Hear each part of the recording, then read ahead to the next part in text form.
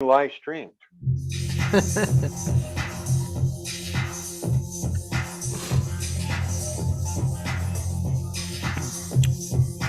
Can you do the frug, the Watusi, the bat, and the mashed potato?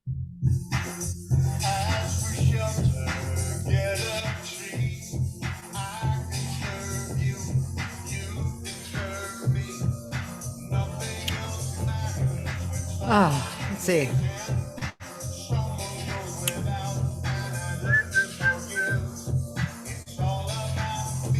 You're welcome to do a version of it for your next record. I think I want to actually do it. Go for it. That would be awesome. The guys at Origin Records are going to sit and go, what? What's this?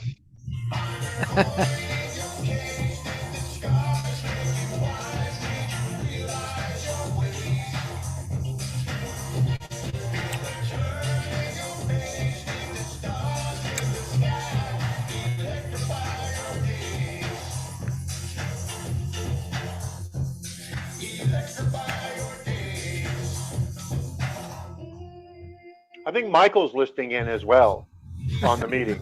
My partner in crime. That's cool. Okay. He called me this morning. He was walking his dog. Oh.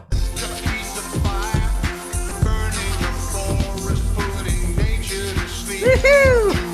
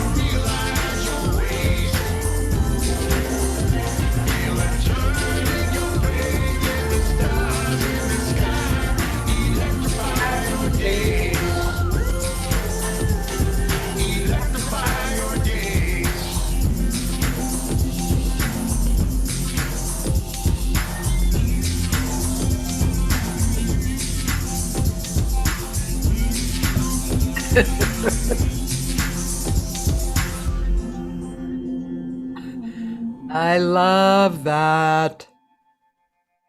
That's Michael's wife whistling. Oh, really? Oh yeah, she's a great whistler. She is good. I want to look at the lyrics. Typos and all. Yeah. Okay. So, what can you tell us of what the overall message is to the song?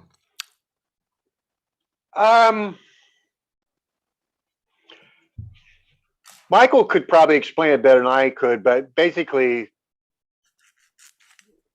in a nutshell, it's whatever you want things to be, they'll be. You know, I mean, we're kind of the drivers of our own destiny, so to speak, and we've been given free will to exercise over our own lives. I mean, obviously, we have helpers along the way. Yeah. Okay. Always, and they come in all shapes, sizes, colors, sexes, you name it. It could be animals, it could be anything, but we have these guides along the way, and it's up to us to be present enough to recognize that. Okay. Yeah. Okay. Yeah, I mean, I kind of got the vibe of it, but I wasn't totally sure if I was missing something. But that's basically, yeah, it's just like life Was is, that what you got? well, I got like life is moving along and here's something and here's something else and here's something else and make it go ahead, make it happen. Right, and you have choices, okay, and so you make good ones and you make bad ones, and that's what experience is all about. For Yeah. making bad choices. We make bad choices. You're kidding, man. Well, what's really No. funny is even when you make a bad choice, it turns out good in the end, more times than not. Yeah. And ladies and gentlemen, on that note, I'm going to introduce Lou Castro. Hello out there in radio, should I say Radioland? And Cyberland. Yeah. Yep, that's it. I'm just adding a little chat window so I can see YouTube people. All right. Oh, we should say hello, YouTube people. Facebook and YouTube people. That's all. Right. That's all that exists. Oh well, there's other platforms, and we won't go into that. I just found out this girl that I interviewed the other day, very smart woman, singer. She was from New Orleans and then now she's in New York. She has a TikTok account that has 350,000 followers, but it's not a music account. She talks about she kind of brings to light information on politics, racism, that kind of thing. And they're very small videos, right? But she said people love it, and if she strays away too far, like if she puts too much music on there, people kind of don't watch. Now, it's funny that you mention that because I have a young woman I'm mentoring. She's 16 years old. Her name is Gianna Lockman, and she's on Reddit. Oh, And she's playing her songs, and she's got like 25,000 followers, and she's getting correspondence from all over the world, and it's really cool. And this woman has no fear. She just gets up there and she starts doing her thing, and it's really a wonder to see. wow, that's cool. Yeah, it's really cool.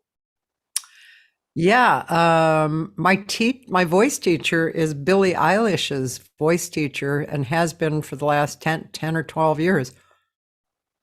So I like her. She's great. yeah, to see her develop, is must have been really interesting for him. And he teaches she and her brother too. Right? What's her brother's name? I don't think I'll remember. Is it Atticus or something? Or I something? don't Anyway, know. Yeah. they're both really wonderful. Yeah. Okay, they're very cool. Yeah, they got their heads straight, Have you heard the Linda Lindas? No.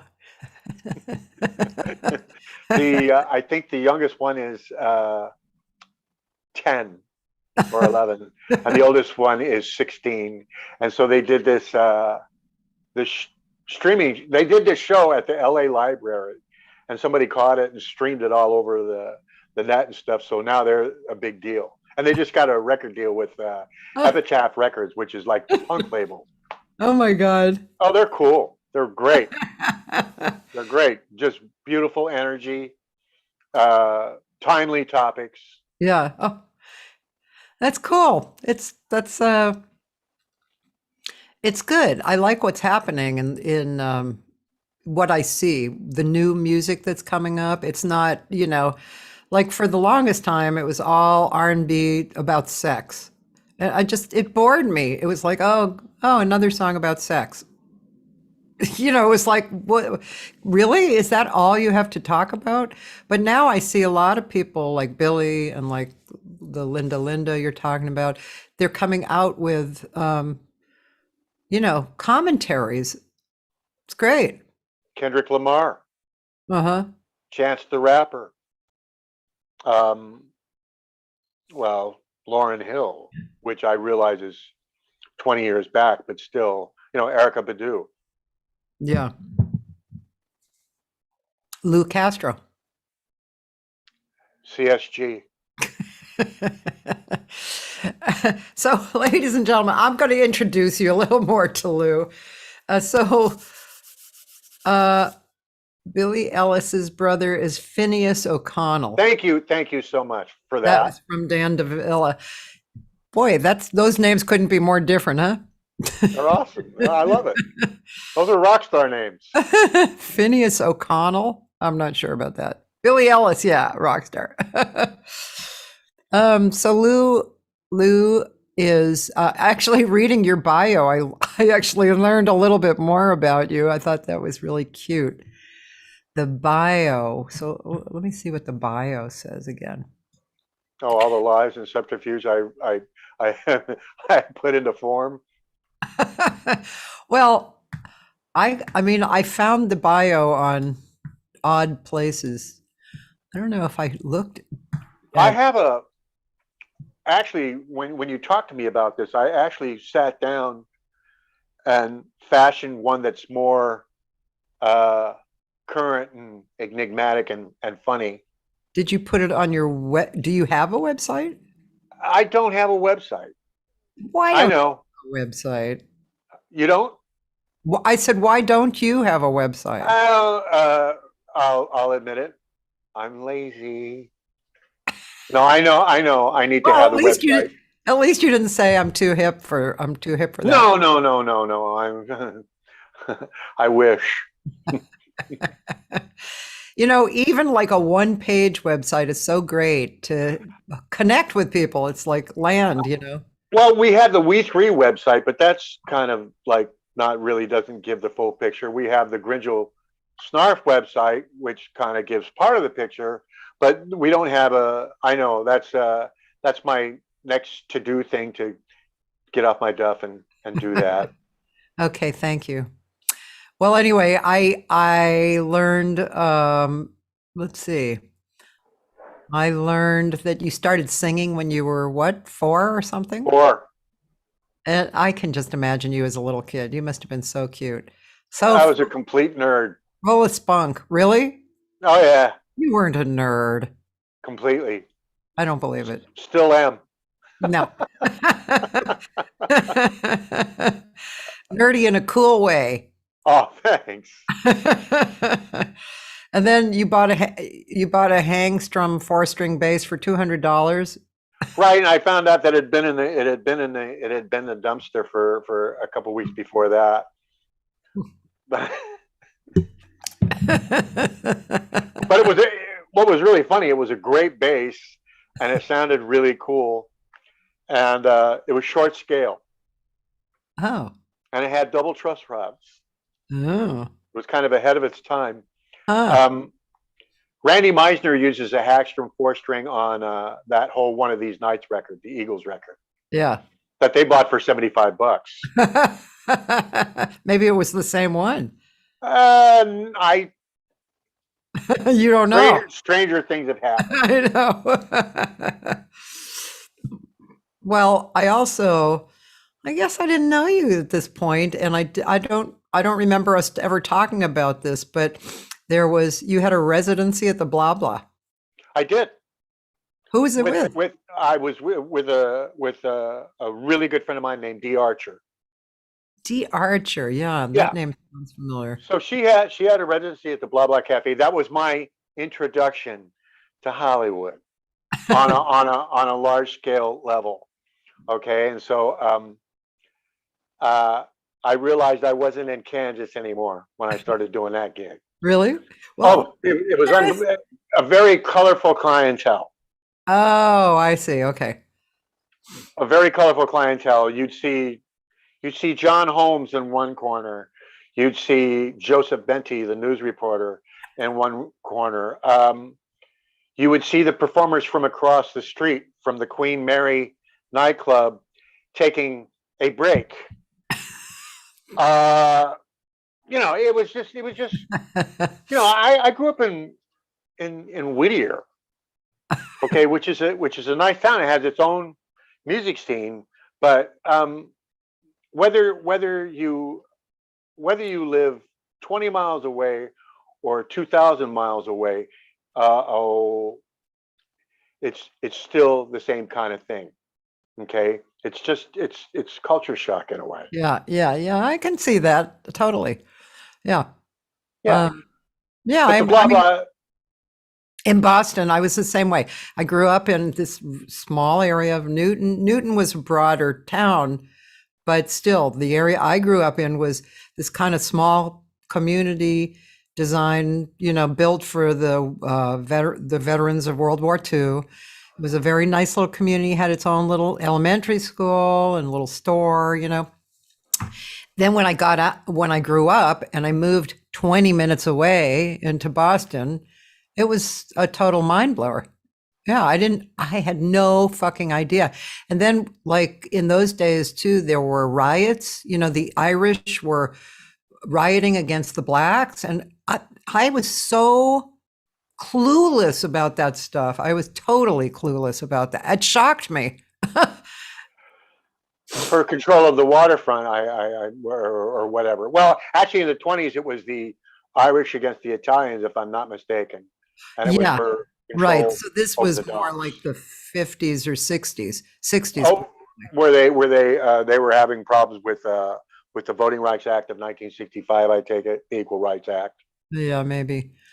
Yeah. What's the matter with these people? I don't know, man. The Irish in Boston were tough. They were tough. So I can understand. So you probably loved it though, right? Moving here? I mean, yeah, going to the blah blah, getting culture shocked. Well, Al Jarreau's playing. Yeah. Sandra Bernhardt's doing her act. Car- Shandy, Carl Anderson. Carl Anderson. God bless Carl Anderson. What a Yeah. wonderful presence. Um, yeah, you're seeing people like that. People that are like really doing it for real, and there's no BS. Yeah. So yeah, and another band I remember was Fun with Animals, and the bass player was my friend Carl Sealove. They were amazing, and seeing that, I'm just like, yeah, the music was incredible. It was just the tip of the iceberg. Then when you go on the road, right, and start playing different countries and different parts of the country, and start glomming on to some of that stuff, it's even more of a game changer, and it affects your music in positive ways, obviously. Yeah. But especially your soul. Yeah. Oh, amen. Difference. I have a few comments. Sandy Cummings, apparently Irish. She said Irish is in. It wasn't at that time though. Will Whittier, ultra conservative? I don't know. No, Whittier was a Quaker town. Really? Yes. Oh. Huh. Yes, but there were no people of color until the late 70s. The late 70s. That's correct. Wow. But there were Mexican. There was a huge Hispanic community. Absolutely. But no. No black people that I remember until late 70s. Wow. They're lost. Yeah. Well, again, to tell you the truth, I don't know if Newton really had a real mixture of people. In our little area, we had one black family, and yeah, nobody else of mixed backgrounds. It's interesting. You can really grow up in a very contained way. Right, and a lot of the music I was listening to, like the R&B music and the jazz and all that stuff, I mean, Motown, James Jamerson, Marvin, Four Yeah. Tops, Levi Stubbs, Yeah.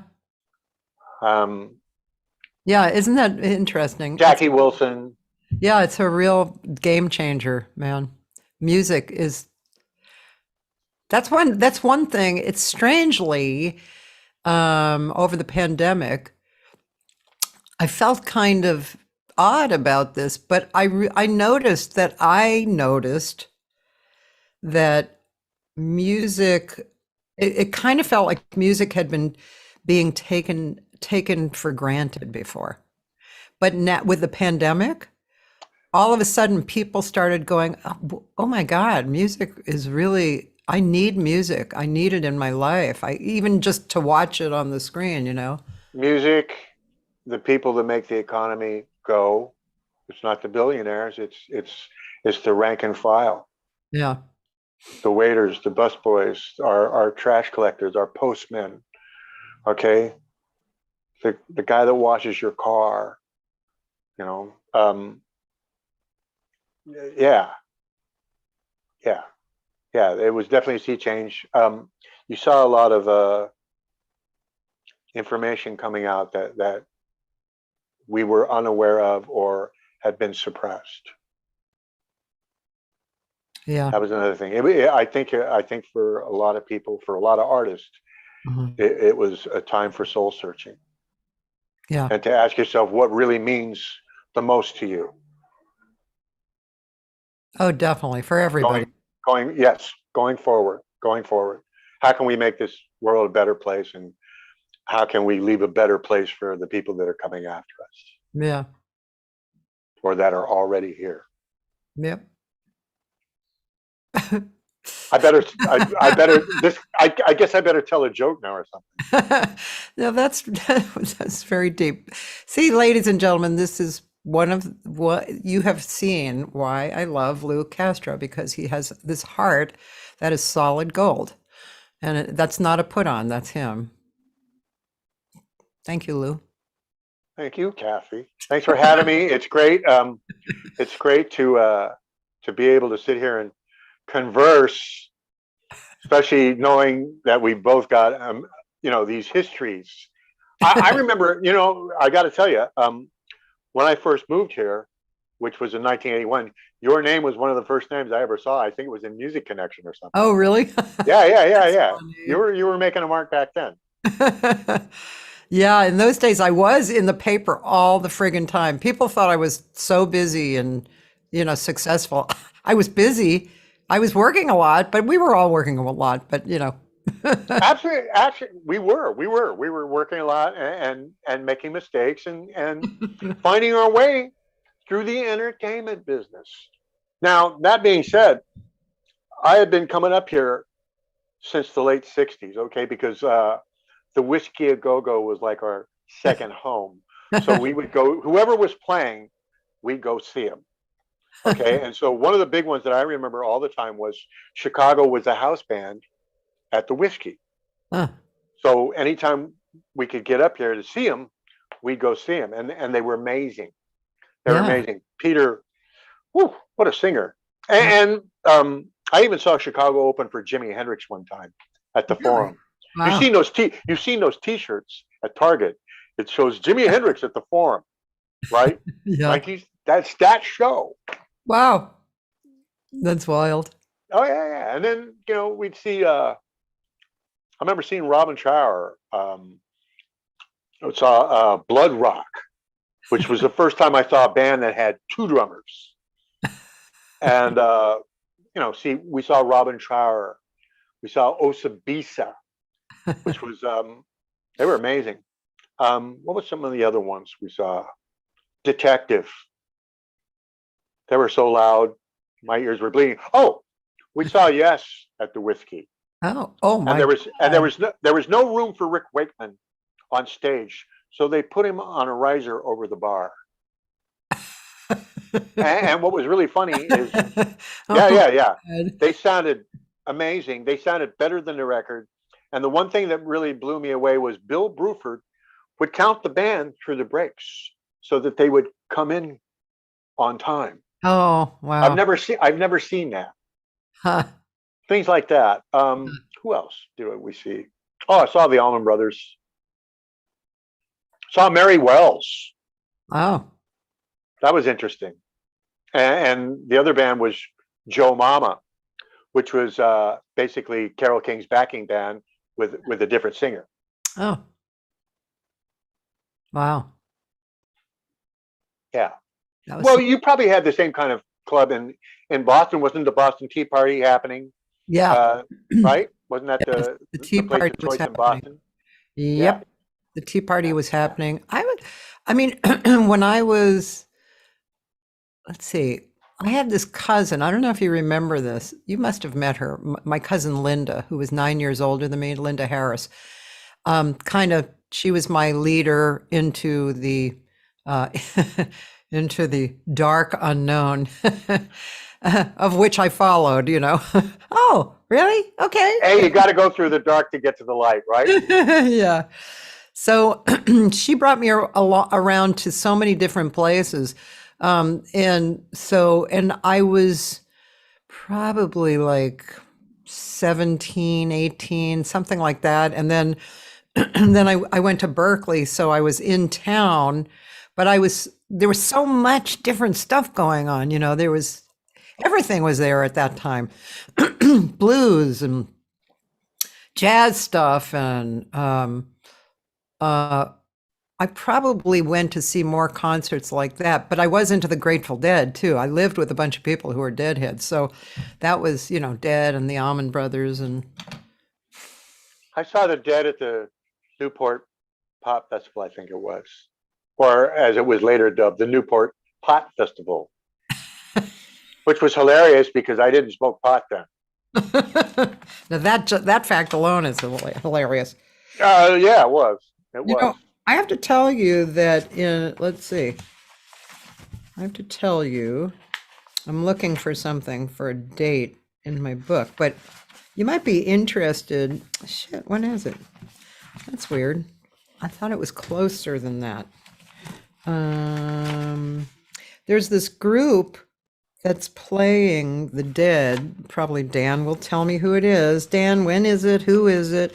It's are you hip to that the Just Jazz thing series? It's okay, so you know where Guitar Center is in Hollywood, right? So Caddy Corner is a place called Mr. Music Head Photo Gallery. Okay. All these musicians either have taken photos and they're in there, or they're of these great musicians, all across the board, all styles of music. And anyway, this DJ, really great DJ named Leroy Downs, who's got great taste, he has done this series for a few years every Wednesday, and it's kind of spreading out sometimes on Friday now. But anyway, there's this group that I'm looking for, but Dan, you're going to have to tell me who it is. I know Dan's watching. That's why there it is. It's Thursday, October 28th. And I'm going to have to go look for this, but maybe I have it up here. I have a rehearsal October 28th because I'm doing a gig in Palm Springs on the 30th. Get out of here. Get out of here. Well, anyway, I wanted to tell you there's this kind of a like a Dead, tribute to Dead. Right. Dead coming up. I think there might even be one on another night at the Hollywood Bowl or something. Yeah, I'll well, maybe find that's out. Dark Star Orchestra or something like that. Dan, here we go. Dave McMurray. Do you know? Well, Dave McMurray is a sax player. Yeah, he's right. Yeah, but he's actually doing this Dead thing. So they're playing Grateful Dead tunes, but doing their own interpretations. Yes, definitely. Well, their music definitely lends itself to that stuff. I know, doesn't it? Because I heard him playing some of it on an interview. I'll put it in the chat for you.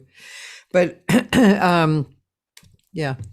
And it was great because he's he's coming from kind of a bebop place. And then I was thinking, I of course thought that the Dead were jazz-like. I mean, they, with their improvisations that go on and on with the two drummers and was kind of the best of all worlds. A lot of those guys were influenced by John Coltrane and Love Supreme, kind of got those guys, hey, he can do it, so can we. Yeah. It looks like Michael's here. Yeah, he is. Yeah. He is, because he sent me a text and he said he was watching. Oh, good. Okay. Yeah, Dan says that there is the Dead and Company at Hollywood Bowl also. Oh, the Dead and Company. That's Bob Weir, if I'm not Yeah. mistaken, Yes, you're right. and John Mayer, Mm. and oh, I hope I pronounce his name right. Oteil Burbridge is Wow, the bass player. that's Wonderful bass player, yeah. and I think I forget who's playing drums. I think it might be John Molo. I could be wrong, uh, but they're really cool. And John Mayer sounds great. I kind of want to go. I'm going to have to find out when it is. You want to And go? well, I am a Deadhead, an old Deadhead that hasn't listened to the Dead for a long time, but Grab the hubby and go. Deadhead, Deadhead. Yeah. Anyway, one more Saturday night. Oh God. Oh man, that group really blew my mind, There were socially and musically.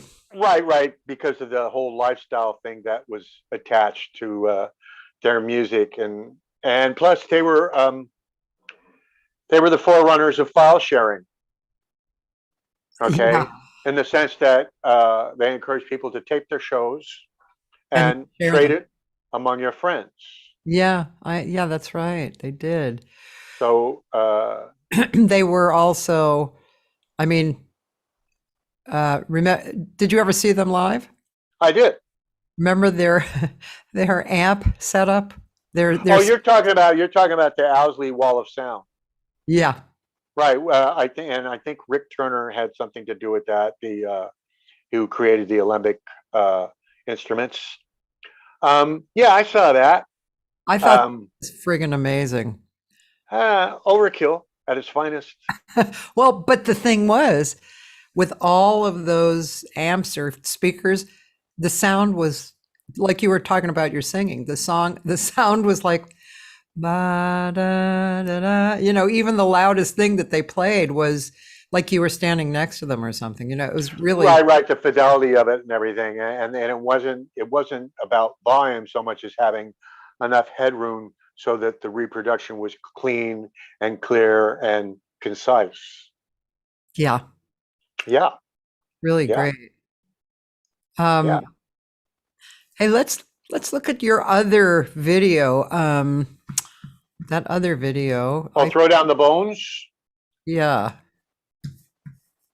which Michael, my co-writer and co-conspirator in Grinchell Snarf, Michael W. Totten, had a lot to do with.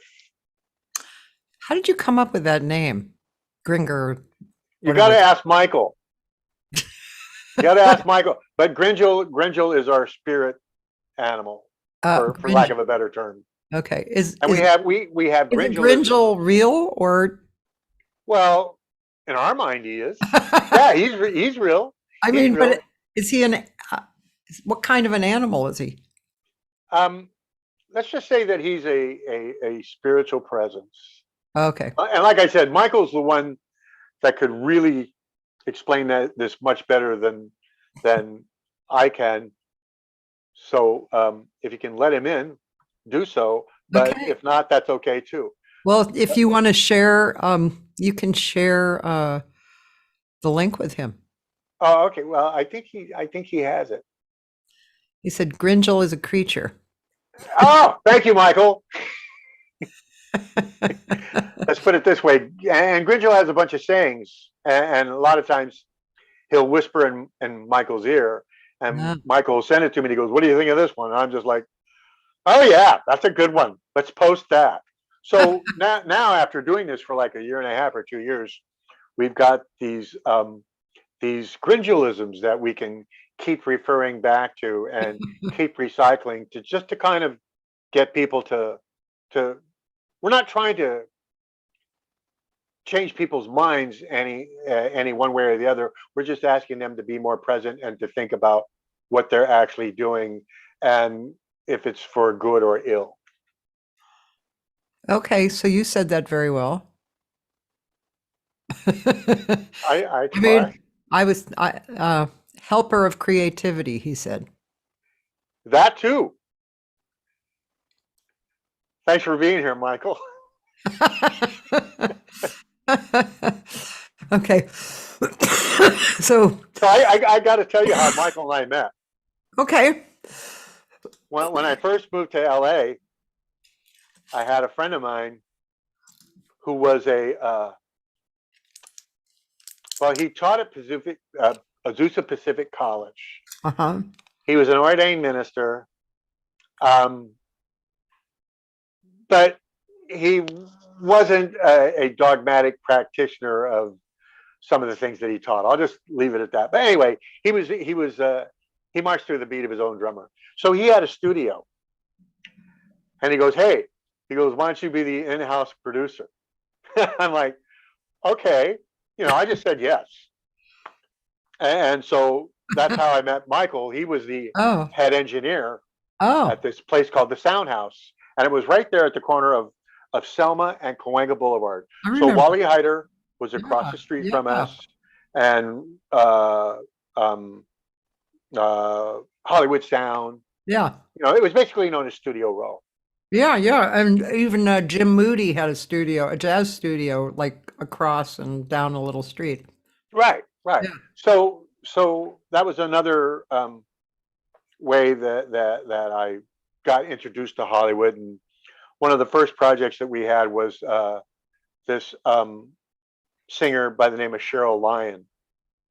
And so we did her record basically. And I called all of my friends there at the time. Dennis Herring was one guy I called. He went on to produce The Future So Bright, I Gotta Wear Shades. I had Milton Ruth played drums. He went on to marry Helen Reddy and then got divorced. Sorry, Milton. And then we had guys like Trantham Whitley playing keyboards. Jesse Harms played keyboards on a bunch of stuff. He wrote Walk on Water for Eddie Money. Kevin Dukes was another one. He went on to play with Billy Joel. Lisa Nemzo did some stuff with us. So there were all these people back then. My buddy Mark Christian, another one. So we had all these people coming in and lending their talents to this record. Nobody made any money, but it was just the idea that we were doing a record. we're producing. So, hey, something about it must have been good enough because we got bootlegged in Wales. It's good. Yeah. So anyway, that was the start of our production career, and we also did a lot of Christian rock. Oh. So a lot of these Christian rock artists would come in, and basically you had a day to record and mix 10 tracks. and play on it. So there was that, and it was an invaluable education. And so that's where Mike and I, started, and then we started writing songs together and stuff, and we just kept in touch the whole time. Those songs that you have, Electrify Your Days and Throw Down the Bones, those are all done remotely. Not to mention we're playing all this stuff. So that guitar playing you hear, that really cheesy guitar playing, is me. Well, let's just hear it. Let's hear Throw Down the Bones. Go for it. Okay, here it is.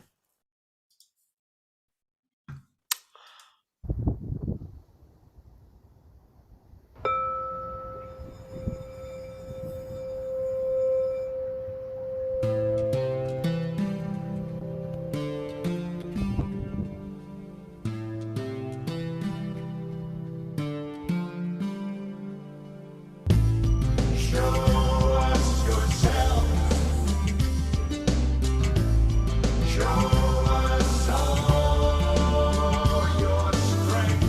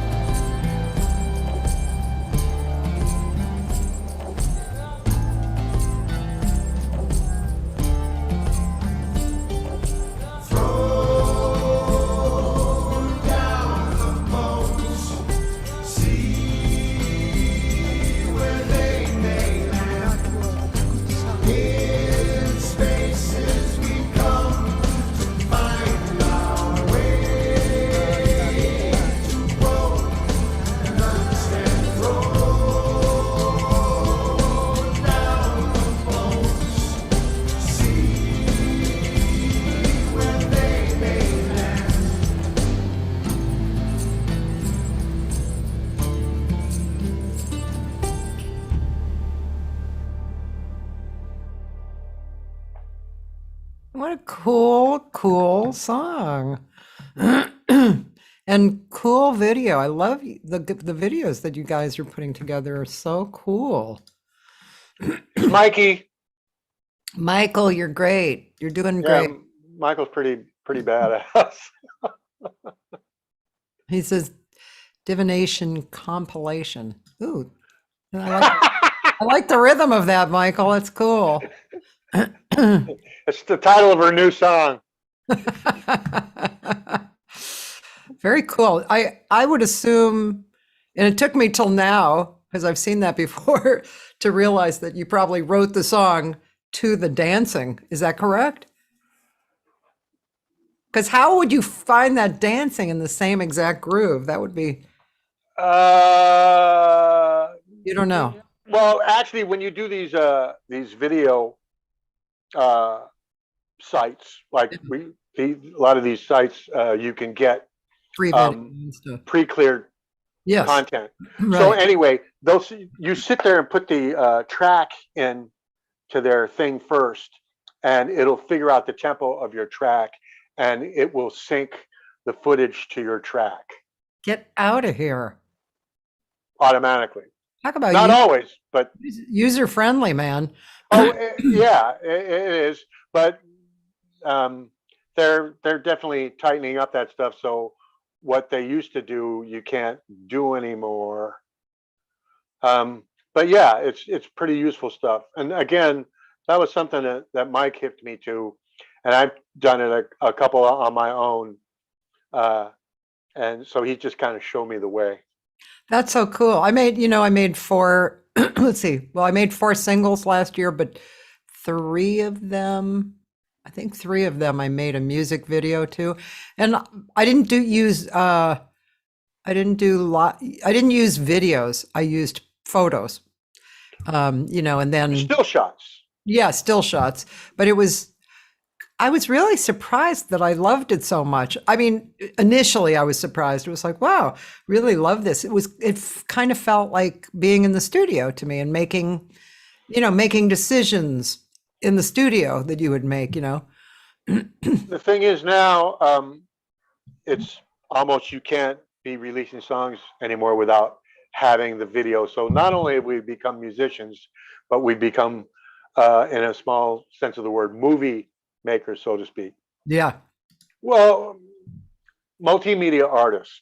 Right. We didn't start out to be that way, but that's exactly what it's evolved into. Yeah. Yeah, I mean it makes sense, but I think it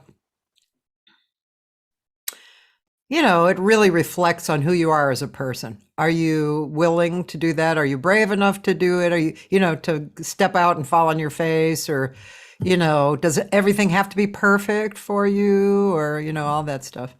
That's a big part of being an artist is being willing to reveal yourself, to just kind of turn yourself inside out and let the chips fall where they may. That's really hard. That's really Yeah. hard. But the greatest artists have never been shy about doing that. Yeah. Yeah. Warts Even and all. yeah, even if it looks like it's all polished up. Yeah, it's polished up, but it didn't start off like that. Didn't start off like this big polished jewel. I think a lot of listeners out there don't want it to be really polished. They want to see the blood on the tracks. Wow, I'm gonna write that down. Blood on the tracks. That's a Dylan tune. It is? Yeah, that's the title of the I have Dylan to go record. look at those words. Blood on the tracks. Wow, that's a great title. See, I don't know shit, man. Well, that's what we have these Zoom meetings for. The free exchange of Wow. ideas. That's a great title. Oh, Dylan. Is that a great song? Uh, Dylan, even at his worst, is really good. Yeah. If you want to read the good words for a good song, read "Democracy" by Leonard Cohen. Okay. That'll really mess you up. Good. This whole kind of addition. The reason I'm writing these down too, also, is because spoken word, I think, is becoming part of performances that I've seen and that I'm a part of too. And so, there's the music going on behind, right? And kind of obscure music, There's a long tradition to it. Yeah, yeah, it's always been there. actually, I went to the Ford last week and saw Billy Child's chamber orchestra, right? And That was okay. That was okay, wasn't it? yeah, it was okay. It was pretty average. Yeah, Good yeah. Lord, those guys are. Out in this one song, he had this guy who was, I can't remember what he did, but he was like maybe the musical director for God, what was he? He was, anyway, it was some kind of a job, like he was head of the opera or the music director for something like that. And he was young, and also he was Don't hold that against him.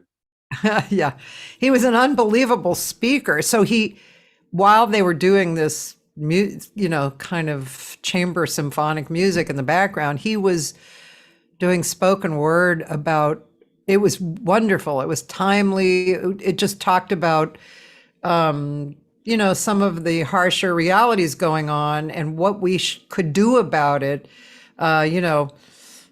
It was just great. It was wonderful. Another version. It was rapping under, but being presented in a different way. Yeah, but it was kind of poetry. It was kind of along the lines of that poet who did the inaugural. Okay, yeah. Yeah, She was awesome. she was amazing. That poem was so great too. Yeah, I forget her name, and I apologize to any of our viewers that know who she was. yeah. We've got so much information come at us all the time that sometimes it's hard to remember everything. Totally. I forget Gary's name sometime. I didn't hear that. Oh, he knows it. Sometimes, one time You forget his name? Yeah, one time I went to introduce him, and I literally, his name just was not in my head, and I looked at him, and he knew. I forgot. He knew, and he said, "Gary." I was like, "Yeah, Gary, my husband." Okay, I'm glad I haven't done that to Mare. You're not getting breakfast for a week. That's just, but like you said, we have so much information coming at us. Well, I think we've accumulated a lot of this stuff over the course of time. So sometimes you have to lose a little bit of it so you can make room for the other stuff that's coming in. Yeah, just like a computer. Well, you back that up. So Michael is telling me to ask you about your memoirs. Of course, Michael, I'm going to ask him about his memoirs, but what memoirs? Did you write some memoirs, or? No, he keeps telling me, dude, he goes, you've got to write your memoirs. You've got so many great stories. And I'm just like, I don't know if I want to do. I mean, yeah. I mean, like I said, I wrote this bio the other day and I put it in my notes, and it was just, yeah, I've got lots of stories. I mean, anybody that's been in this business for a spell and that's survived and is still walking and breathing and living has lots of good stories. Yeah. Okay. Ask James Gatson or Arthur Adams some stories. Or one time we did a gig and it was me and Arthur and James and Don Randy. Oh, wow. And we're supposed to be rehearsing. It didn't happen. They're sitting there going, "Hey, do you remember so and so? Oh yeah, he died." Or yeah, I remember him. He lives over here. But they were sitting there telling stories the whole time. And I think we might have played music for about 30 minutes. And it was just, I'm like the fly on the wall. I'm just like, I mean, it was hilarious. It was hilarious. It was just funny, or the guys in in Mandrill, or any group of musicians that have been around a while, you're going to hear stories. That's kind of the part of the whole social fabric, so to Wait, speak. did you play in Mandrill? I forget. Yeah, I did. So tell us about Mandrill, because I'm sure some people remember the name but don't really remember the. Mandrill was one of the first integrated funk bands. They were from Bensonhurst, which Where's I guess is part of Brooklyn in New York. And so what happened was I'm living with my friend Arlen Shirebaum in Arlen? Sherman Oaks. Yep, the B3 And King. yeah, and that's a whole nother story. Anyway, long story short, Arlen and I had known each other since like 1992, and we're playing, and he goes, "Hey," he goes, I play with this band Mandrill, and he goes, "They need a bass player." He goes, "They want to hear you." I'm like, "Oh, I remember those guys. I had those first three records." He goes, "Well," he goes, "somebody's going to come and get a hold of you." So I'm playing a gig at this place called Smokin' Johnny's, and some guy comes in, and he's got a top hat with feathers, and he kind of looks like a griot, What's a griot? like a it's GRIOT. So it has something to do with voodoo Oh, okay, and okay, witchcraft. yeah. Anyway, it was this guy named Neftali Santiago, and he was the drummer. So he comes in, and he listens to me, and he goes, "Yeah," he goes, "Yeah, I think you can play." He goes, "Why don't you come to an audition?" I go, "Okay." So he sends me the stuff. I go to the audition. It was at Uncle Studios. So here's Carlos, the singer, and Rick, the sax player, and Louis, who's the percussionist, and Wolf, their youngest brother, who just happens to play bass, and he brings his bass and he brings his amp. And I'm sitting there going, "Oh, this is interesting." So we're sitting there playing, and finally, being the clueless guy that I am, I just turn up so that I'm drowning him out. And I play, and they go, "Okay, you got the gig." And I'm like, "All right." So basically, that was my education. Before you start playing with R&B musicians and play funk music, right? You think you know how to play it. You think, "Oh yeah, I know how to do it," right? Dumb white guy. No, not quite. so so so I'm playing with those guys, and it was a whole thing in and of itself where you sit on the beat. And those guys were really cool, very patient, um, and also very worldly in the things that they had experienced in their own lives. At the same time that I got the gig with Mandrill, I also got the gig with Arthur Adams. Huh. So I'm getting it. I'm getting the East Coast version. I'm getting the West Coast version, and because Arthur's from Texas and Tennessee, there's all those things in there as well. Okay, and Arthur had played with the Crusaders. So when you hear a song called "Put It Where You Want It" by the Crusaders, that's Arthur playing rhythm guitar on that song, and plus he played with Nina Simone as a bass player, and he was Quincy Jones's main guitar player for about 5 years. So he played on Oh, wow, I he didn't played know. on the Ironsides theme. Really? Yeah, he did a lot of sessions, Wow. which is really interesting because he doesn't really know how to read music per se, but he's got incredible musical instincts, and he just knows how to relate. Yeah. Okay, so I was getting it from those two different Yeah. spheres, and it was like, damn, Wow. right? And you know, I'm still learning, Yeah. still learning the nuances. The one thing I know at this point is I don't know much. Well, I I've always admired your true love for eclecticness. I mean, we listened to so much different music together that you just loved, that it was yeah, I think that changed I think that changed me somehow, like being around you and observing that. I really do think it. I would hope so, and I try to pass that on to my students. And, well, I don't like to call them students because I'm learning as much from them as they are from me. Yeah. I like to pass it on to these young humans that I'm mentoring. Okay, Yeah. like for instance, I have this one gentleman named Xander, and he's like totally into 70s funk, right? And he keeps bringing this music to me that I missed. He goes, "Oh, you never heard this one?" I'm like, "No."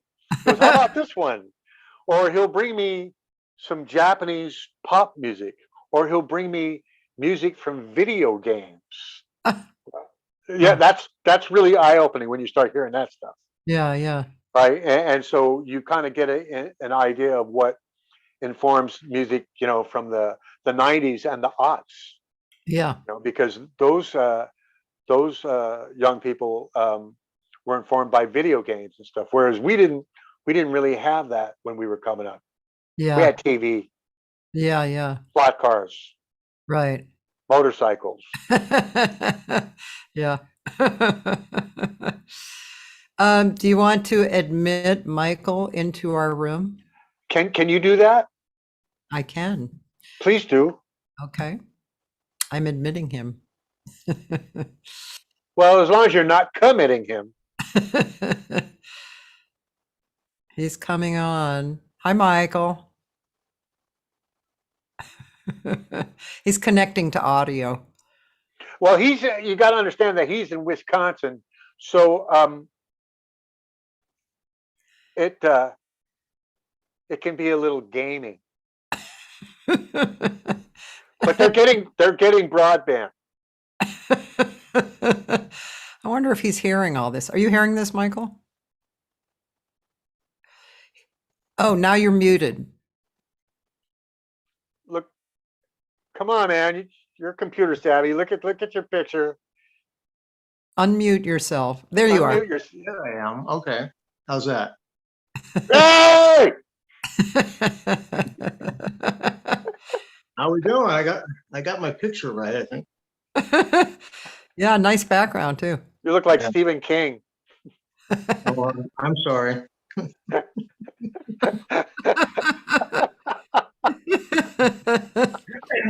Yeah. So Hi, Michael. Did we ever meet? I don't think so. I rarely come out there. That's- Did you ever live here? oh, I was born in Pasadena. Oh, of course you lived here. That's how you and Lou met. But Yeah. so you're not in We Three though. No. Okay, so because I met some of We Three, but it's been so long that I thought you might have been in that. We three did a song that Michael and I co-wrote together. Oh, We did an Oh, yeah. instrumental version of it. yeah. I don't know what's up with this background, but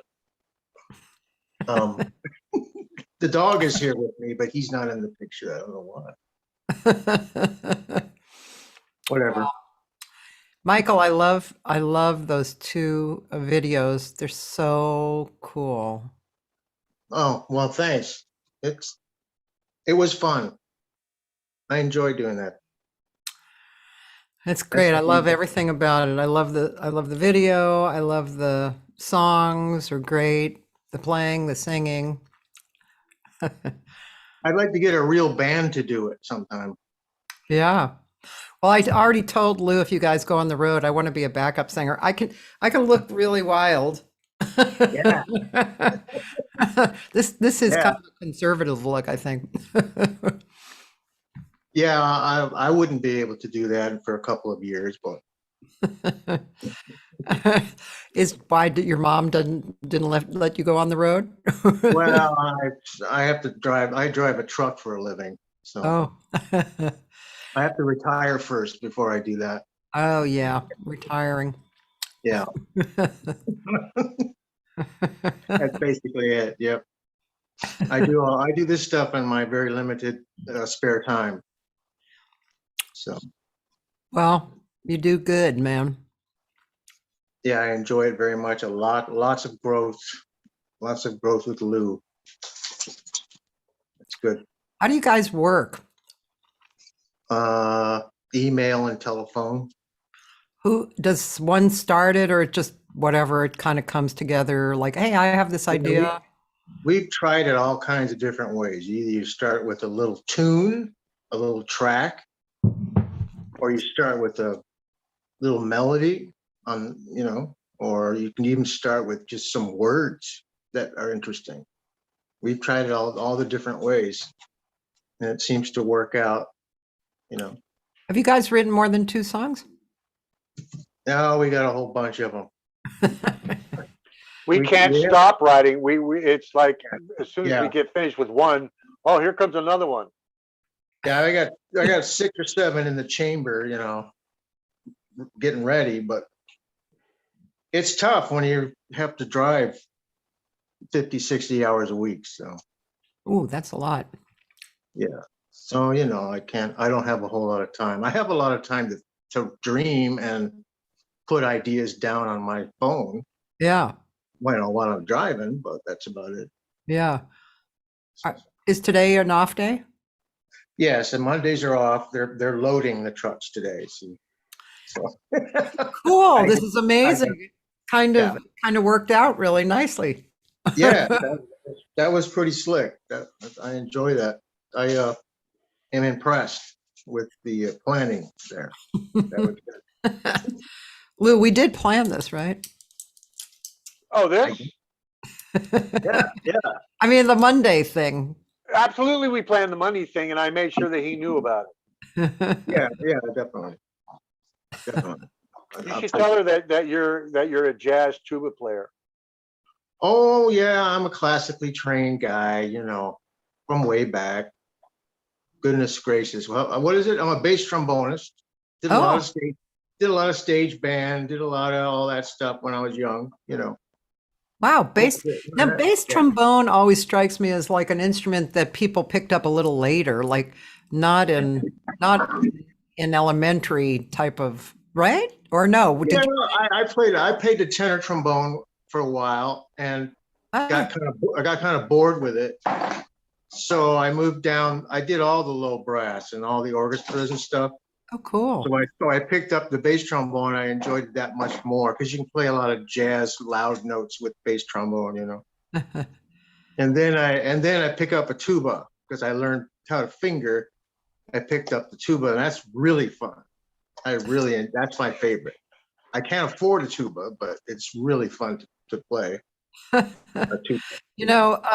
met and interviewed this guy, David Amram. He's about 92 now, but he was the French horn player for all those bebop guys on recordings and touring. I've got some of his records. He's a musicologist as well. He's amazing.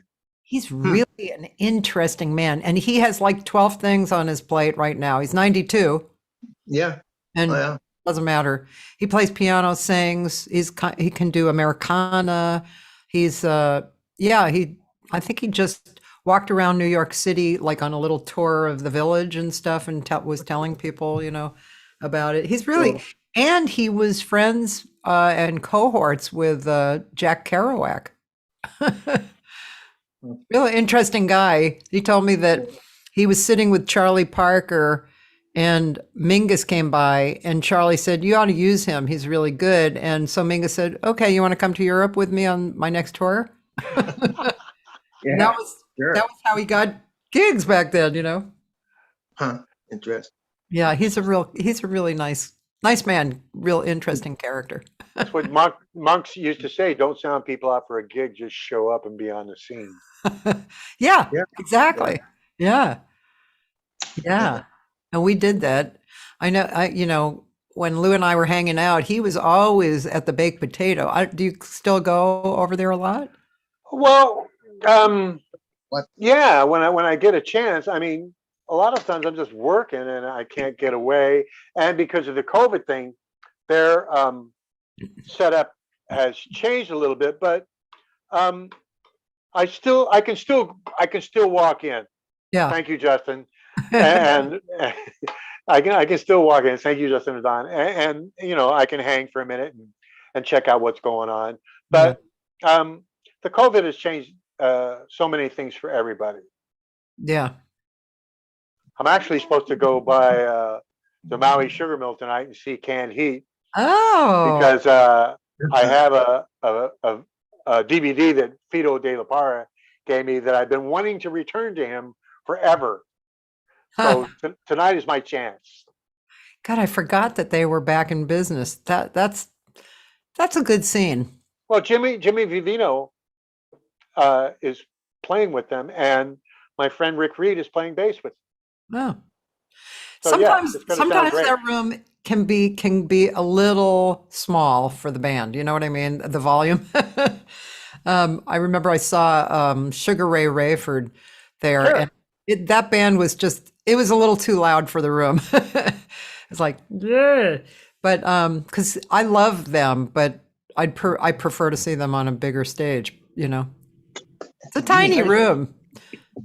I used to play with Sugar Ray at Cozy's. I was part of the house band. You There was a were? rotating house band, and they had rotating bass players. So it was myself and Hank Van Sickle and Ralph. What's Ralph's last name? Great bass player. Used to play with Eddie Muddy. Oh, I know Ralph. Yeah, he's a great guy and a great bass player, and Absolutely. he has He's a a wonderful studio bass player. too. Yeah, he's great. Ralph knows his stuff. Yeah, So, yeah. You know Alan Walker. Did you ever meet Alan? Sure. Alan was there all the time. Yeah, yeah. So he was because he ended up playing with Sugar Ray for Yeah, of course. They're friends. Alan's the bomb. yeah. Uh-huh. That's cool. Oh yeah. Now Michael, that's a much better background. Oh, who's that? That's Griffin. Oh.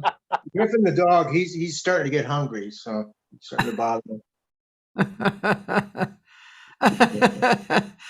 Yeah. He's a good boy. He's a good boy. Oh. Oh, dogs just, it's great, right? They just want love. Well, they want food, but they want love. They know that love will give them food. Right? Yeah. So, Michael, did you play jazz with those instruments? I mean, did you play in jazz groups? Yeah. If you know the history of the Boys Club of America, I don't. that back before all the high school districts in Pasadena, there's some large high schools in Pasadena, and they were the first ones to integrate. By the way, in the 70s. Huh. They did a big experiment with the 3 high schools. Anyway, before I got in high school, they didn't have bands and music programs in those high schools, right? In the 60s and 70s, let's say. So the Boys Club started their own band huge music department at these local boys clubs. Wow. Down in the South Side. I mean, down in the bad neighborhoods too, even. And all these kids would come, and all these high school kids would come, and they would have all these different bands, all the way up to a dance band, a stage band. You remember those little stage stands that the stage bands used to have, those jazz bands, big jazz bands? They had those. And these were cats that would come in who needed to keep their chops warm while they were waiting for another gig. So we'd get these pretty heavyweight older dudes coming in there, along with keyboard players and guitar players and the whole shot. And he must have had hundreds of charts. I don't know where they got the charts, but they're like 4 or 5 different folders stuffed full of all these classics, jazz tunes for a stage band, And the guy who was running it was just so into it. They rented instruments to people.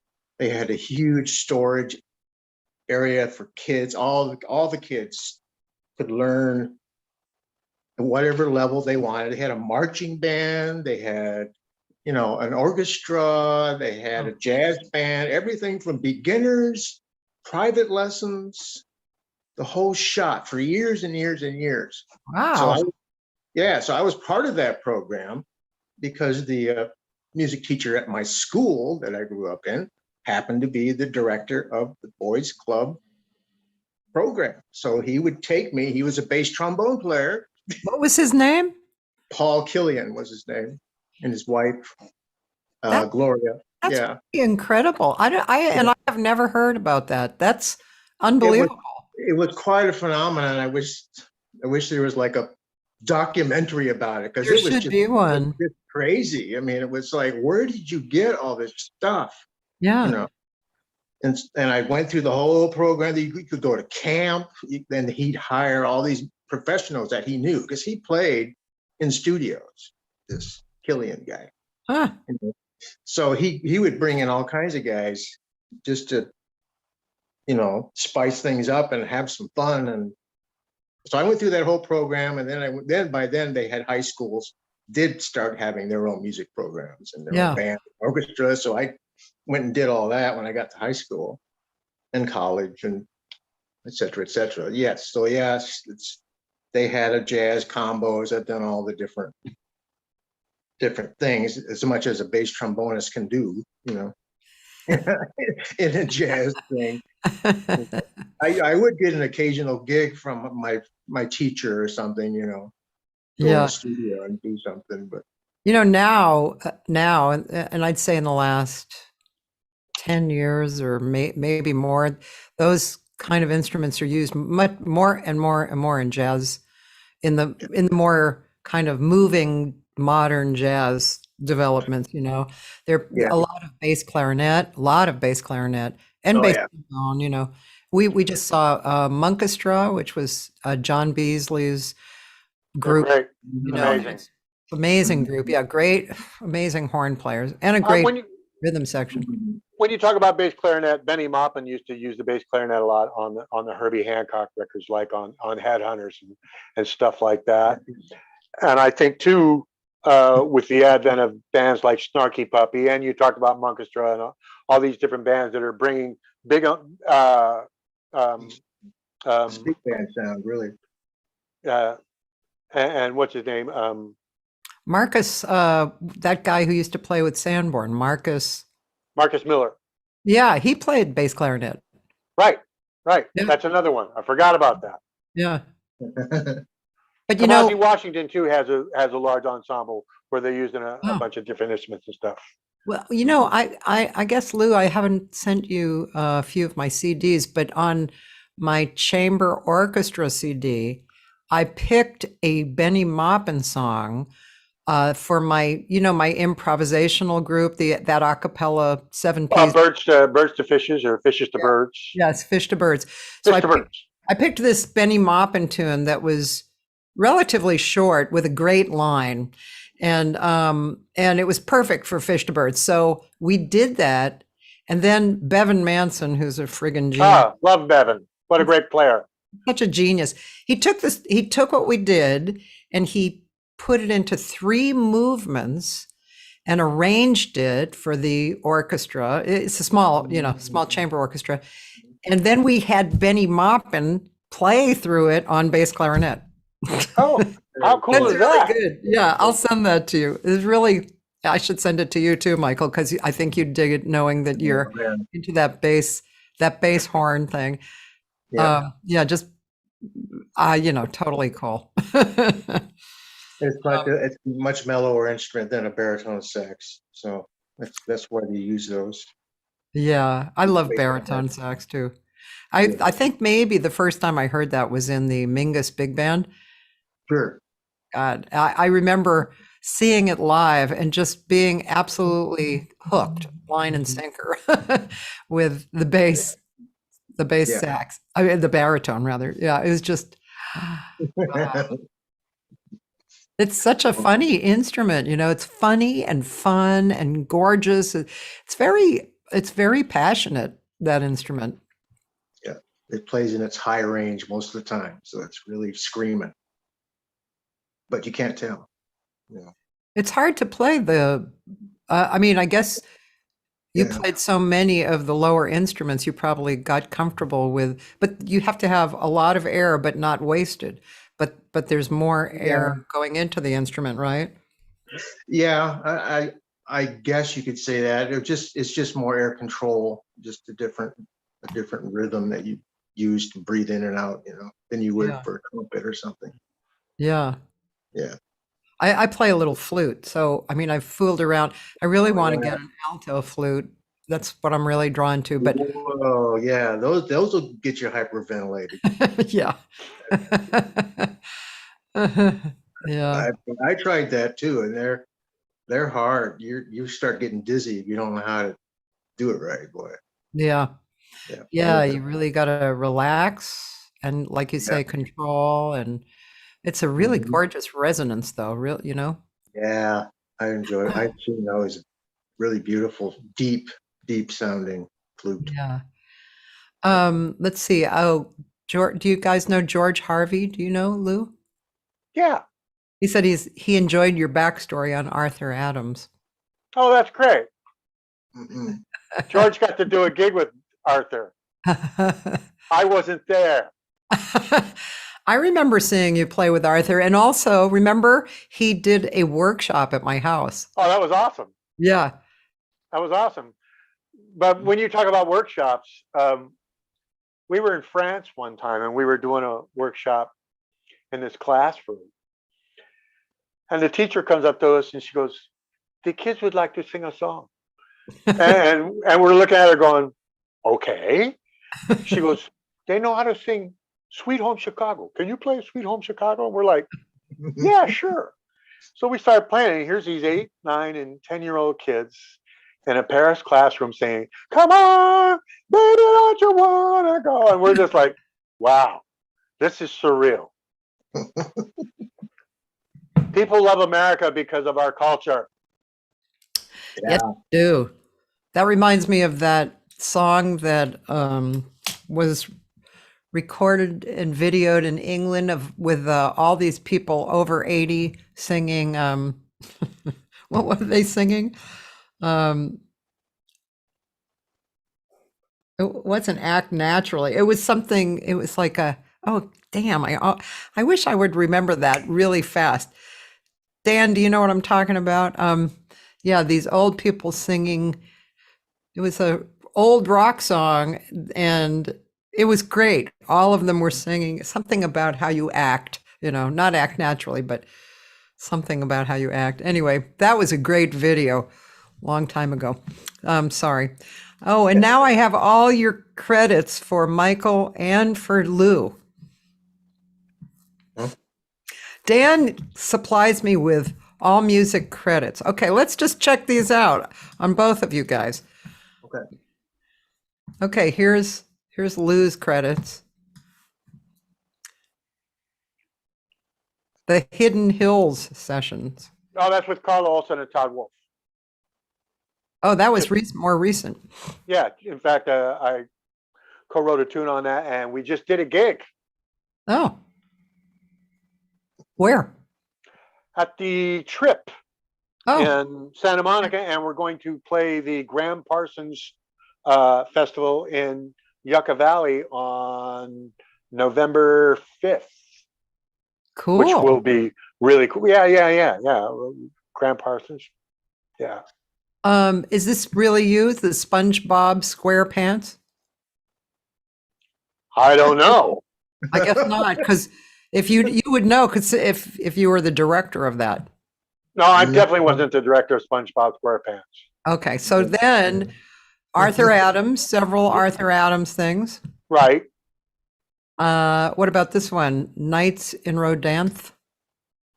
No, I guess there must be another Lou Castro. there is another Lou Castro. I find and that he- hard to believe. And he's in South Carolina. But Oh. maybe is the Albert Lee record on there? No, you can, I know you don't even have a website, but you can, you can go on this and add stuff. Correct. I probably should.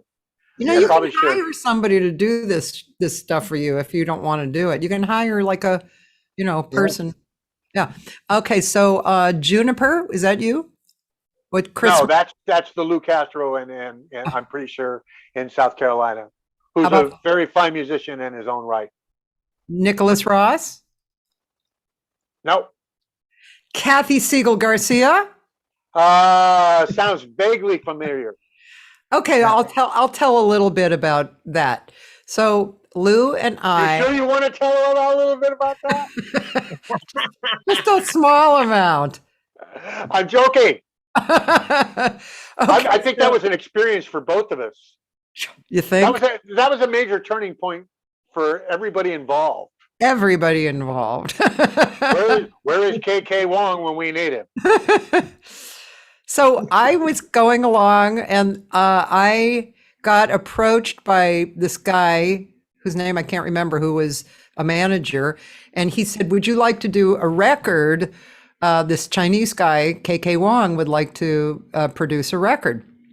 And I just happened to be, I had just left my first husband, or not just, but whatever. I had left my first husband. And I was writing all this music that was really totally came out of the blue and came out in this group of songs.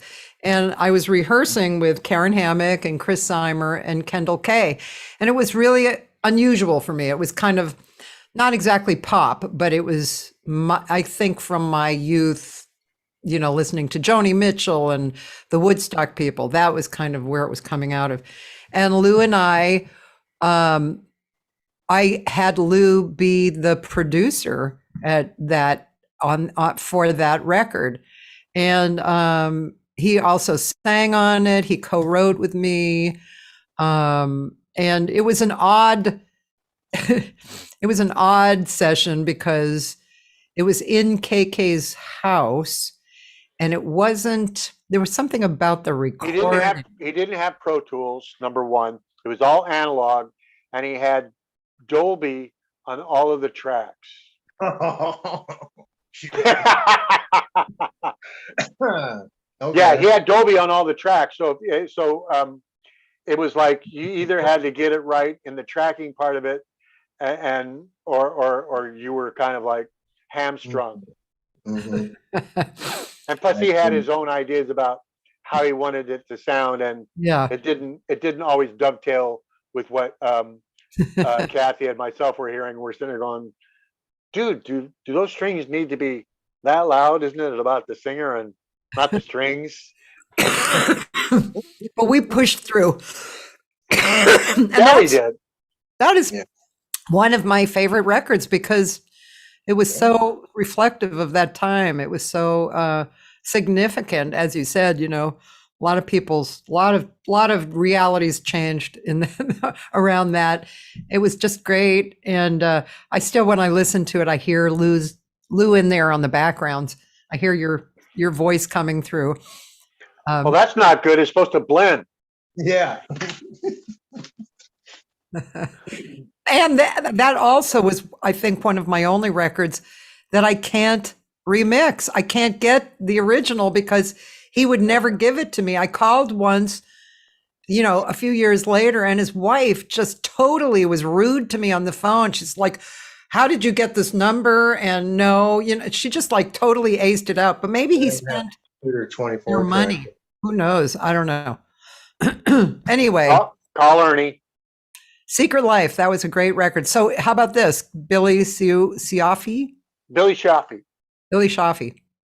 Billy Chaffee, another great mentor to me, and a great songwriter, one of the most intelligent people I know, one of the most well-read people I know. I had a couple of people like that in my life. He was one of them. Danny McBride was the other one. Just guys that could expound upon a wide variety of subjects. And Billy teaches, I think he's teaching at ASU, creative writing. Oh, cool. Yeah, great writer, great singer, great songwriter, and definitely one of my dearest friends. Oh, nice. So I did a couple records with him. We've co-written a lot of songs together. Yeah. So yeah. What about Jay Regan? Nope. Anyway, it says slide guitar. That's not you. Manish Boys. Did you do that? I did a track on the Manish Boys record. That was interesting. That was the band that Sugar Ray was fronting. Yeah, I remember that. What about these Have a Holly Raleigh Kidsmas? Nope. D-sides? What? I don't know. Desi Rex's Demoles? Oh, yeah. Oh, well, that's a great story. So this is around 1992. Yeah. And I get a phone call from, I forget who referred me.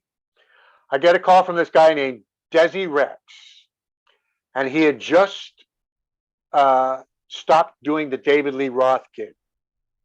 Okay, and they fired him because he was upstaging David, not intentionally, but he was just a good-looking guy and a great singer, great guitar player, and he was, through no fault of his own, he was upstaging David, so they got rid of him.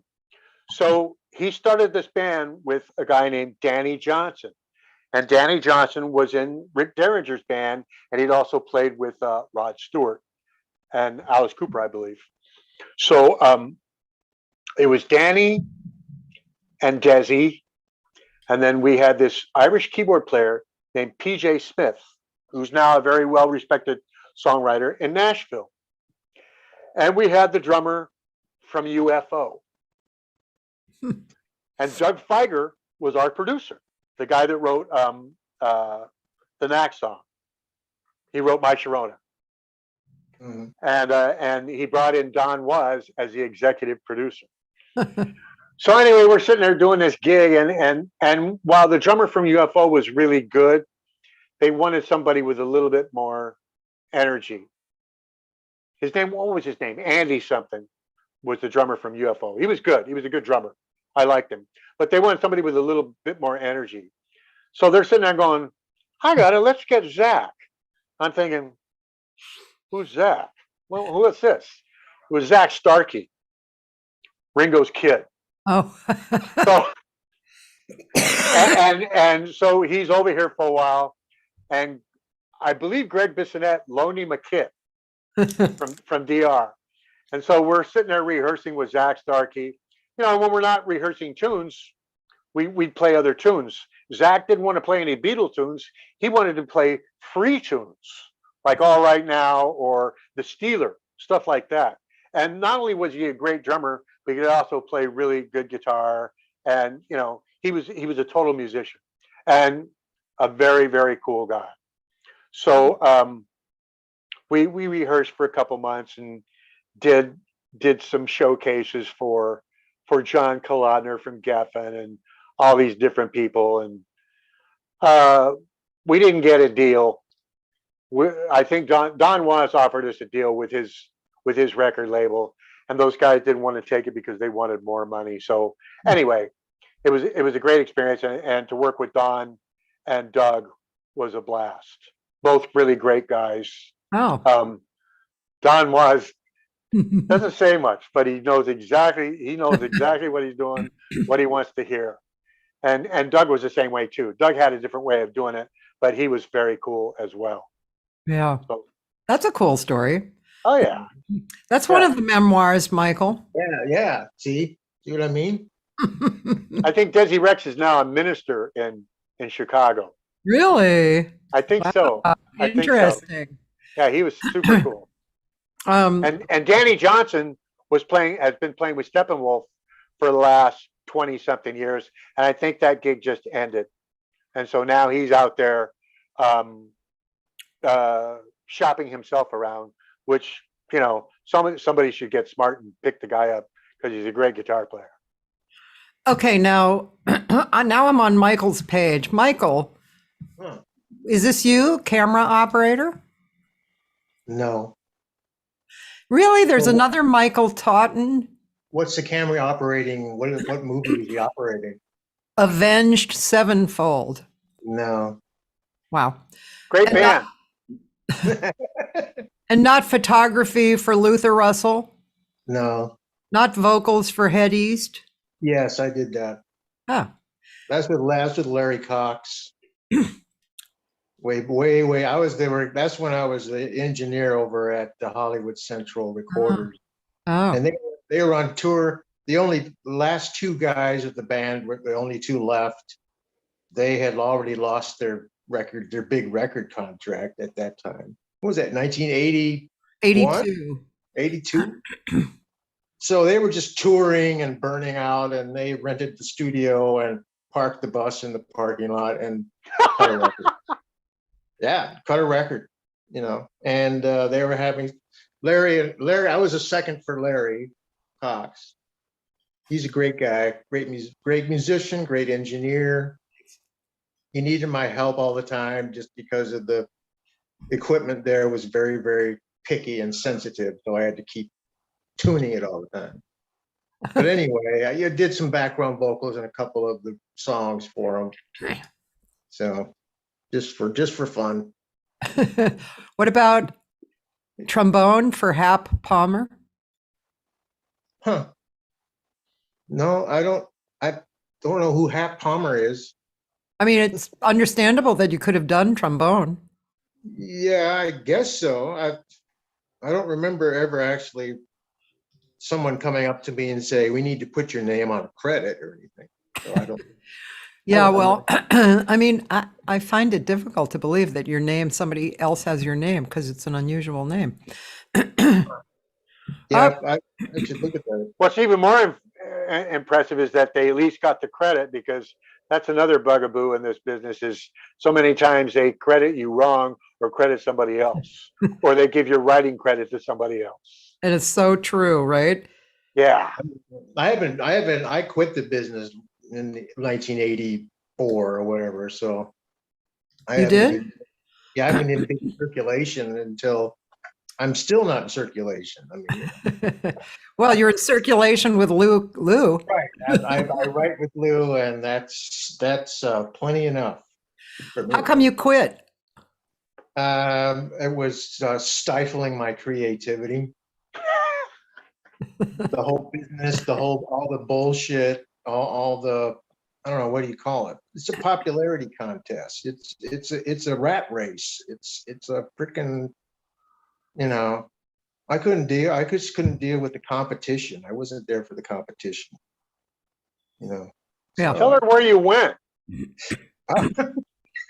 Oh, I went to Nome, Alaska. Oh, you wrote that earlier and I didn't. Is that how you spell Nome? Nome? Yes. No. And among other places in rural bush Alaska. That's where I got those fan dancing people on that video. On that video, right. Yeah. They're probably from Bethel and Dillingham, a bunch of different places up there. Wow. So, and I've always appreciated their spirituality up there. Yeah. I've been exposed to. So. Yeah. Yeah, they looked beautiful. Just curious, why did you choose Nome? Well, let's see. Was it a woman? No, it was, what would you call it? Evangelism. Oh. The Swedish Covenant Church. You ever heard of the Lucky Swedes in Nome, Alaska? Not in Nome, Alaska. They are the ones that discovered gold in Nome. Oh. They were missionaries for the Swedish Covenant Church. And when they found gold, they quit the missionary thing and started their gold company. But anyhow, The Covenant Church has a long history in Alaska before it was a state of, deprogramming all the Eskimos and forcing them to speak English and stop, worshiping the animals or whatever. Uh-huh. And my parents were also missionaries, but they were more culturally, they were artists. So they wanted to teach students how to emphasize art and compare cultures before you start introducing all this other stuff. So it's kind of a halfway kind of a thing where, okay, we still do the evangelical stuff, but we're going to try to find something that can be comparable to Some your common ground, so to speak. some common ground someplace. Yes, that's what it was at that time. This is in the 70s. Yeah. Anyhow, make a long story short, our pastor went up to be the pastor in Nome Covenant Church. So I knew the pastor. They were looking for some people to finish their building that they were remodeling. They had put the roof on before the snow flew. So they called me and my dad up, and we flew up there and finished their building for them. I ended up going to high school for about a semester there. And then when I came back, and then when I went to college, I kept in touch with everybody up there, including the radio station, the gospel radio station in Nome, Alaska. So when I was out of the music business and I was getting ready to turn my page, and I was sick and tired of this crap, that's the first thing I thought of. I think I'm going to go to deepest, darkest Nome, Alaska, and volunteer as a DJ, which is what I did. And I produced their commercials, and I ended up, just doing something different. Yeah. So that's all. And I ended up, I did some work in Unalakleet and went into Bush, Alaska, did some work, way, out with the natives, and that's where I met my wife, because she was up there. And then she brought me back here.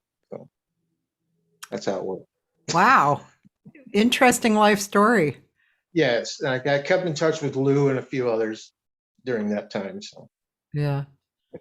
That's really cool. It kind of very slightly reminds me of the guy who started Charity Water. Do you know that organization? So Charity Water, well, the guy, he was a party producer in New York. The big parties, wild parties. okay. And at one point, he just had an epiphany, and he decided, this is bullshit. It's just, it's broken it. So he joined, he he asked if he could volunteer. He had to actually pay to volunteer on a ship. Yeah. On a ship, a hospital ship that would go to Africa to for free operate on people with deformities or whatever needed. Yeah, I've heard of that. Yeah. Yeah. So the only thing he really could do was photograph. So when they would he would like take people back to their village, or he would kind of help with that. And while he was doing that, he noticed that the water conditions were horrific. Like people were drinking just crap water, with all kinds of disease in them. And that was probably part of what was disfiguring people, as a matter of fact. So he went back to New York, and he threw a birthday party for himself. And he said, your $20 ticket is going to go to this a new organization that I'm creating called Charity Water. We're going to build people wells, and I'll absolutely let you know what your money is doing, and we will raise funds for the administrative part separately from this. So that's what he did. I think he did it started it about 20 years ago. And so now it's just, I'm a member because I just think it's just absolutely gorgeous. You see these stories that are absolutely amazing. But anyway, it just reminded me a little bit of that, because also he was involved with just regular old life. It's something that we all take for granted. Yeah. Here in the States, whereas a lot of people don't have the wherewithal to create this clean water system for whatever reason. Yeah. Sure. And it's all over the world, but Africa happens to have a lot of those situations. Mm-hmm. But it's just great. It's such a great thing to go along on your life path and then suddenly have an epiphany and change. And what you did sounds really rewarding. Well, my epiphany has been with Lou, Lou has always been the singer and the songwriter. Uh-huh. I've always been like the technical guy, the sound guy. So that's how we've always worked together until last few years. And so I've had sort of a spiritual awakening in my own life. And the result of that is the grangel and the songwriting and the lyric writing. And hey, it all works. And I'm really learning very quickly about how to make a song, you know, which I never even thought of trying before, you know. But it was probably mostly because of Lou egging me on, basically, to keep doing it, you know. So that's my epiphany. I'm sorry, man. I didn't mean to do it. No, Yes, you that's did. Yeah. So it was just very humble of him to kind of step aside and let me stumble for a while, and then start making some good stuff, you know. Well, Lou he has a very kind heart. Yeah. Yeah. And then we've got We Three. Yeah. And then you got We Three, man. Right. And we've got a new record coming out. And if CD Baby would get their shit together, no, Yeah. it'll be available on all the digital networks. And we're really proud of it. It was produced by our good friend Jimmy Haslip. That's nice. And another old friend going back like 40 something years, 45 years. And Rich Breen did the mix. Rich, don't sit so close to me, Breen. You sit over there. Anyway, both great guys, fun stuff. And Rich just did the Lyle Mays recording that was just released. Really? Yes, he did. And it's a beautiful piece of music. Anyway, we initially cut 10 tunes. I made the decision to use 8 of them. And so it should be out shortly. Is this what you sent me? That's what I sent you. Is it okay if I play? Yes, it is. Which one would you like me to play? Which song? In the Mist might be closer to your heart because it's kind of like jazz. Oh, wait a minute. I got a better one. Play Billy Joe's Bounce. Okay. All right. I'm going to share the screen because there's a little better sound, even though somebody led me to do the right thing. I just, you know, here it is. Billy Joe's Bounce. Come on. Get up there. Here we go. I think. Where's my music? Come on. Come on already. Oh, I have to turn you on to this guy, Tizigi Munoz. Remind me to do that. Okay, so come on, Billy Joe's Bounce. Can you open up, please? Okay. Ah.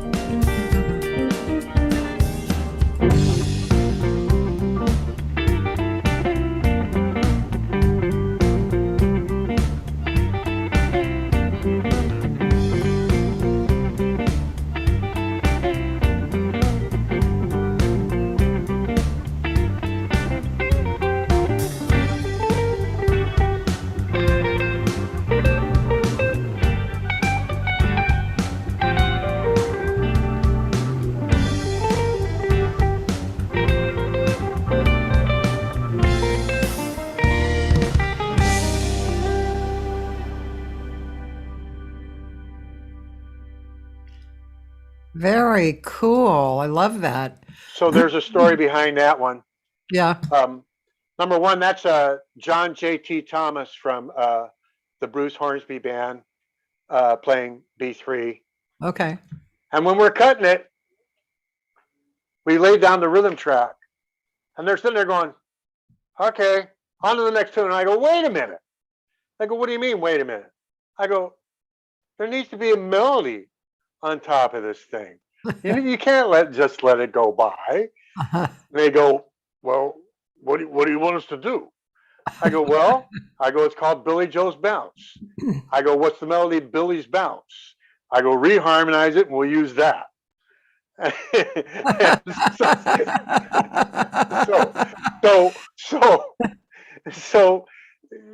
So Billy's Bounce is in if I'm not mistaken, is in a major key. I think so. What we're using there is in a minor key, so they can't get us for plagiarism.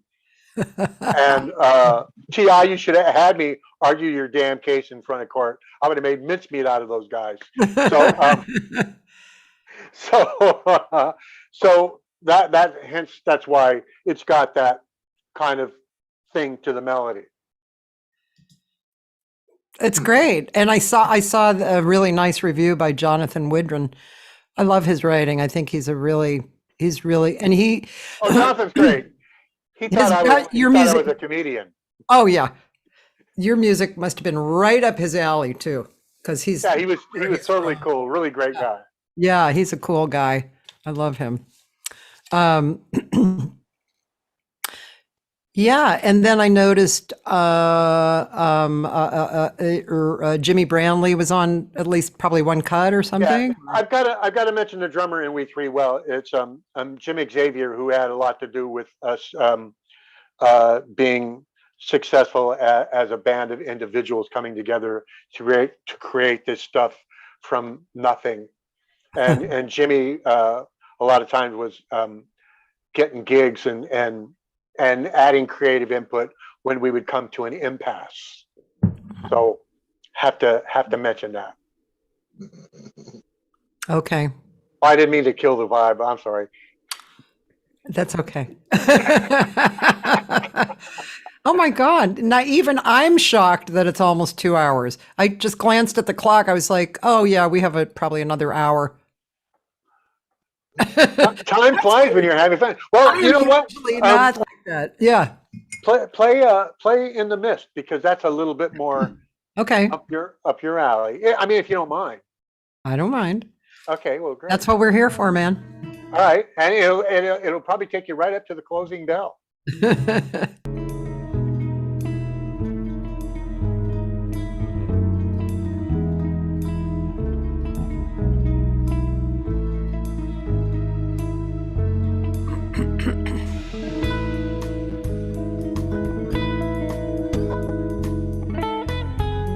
By the way, that's Billy Joe Wiseman on guitar. Huh. Beautiful.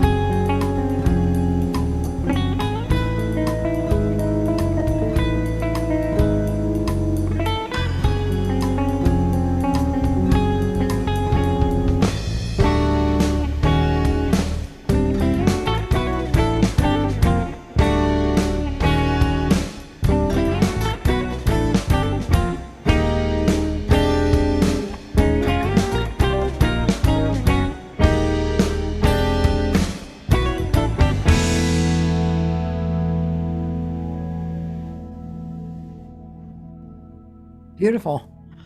So a song like that, I mean, I know I counted 18, but It's 19. It's 19 and 19, 11. 19 and 11. Bars of 19 and bars of 11. Okay, that's why I was having a little trouble there. That's But Billy. That's Billy being Billy.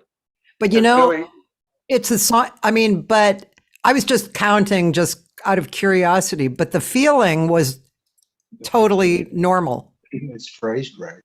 Yeah, it felt great. that's Billy.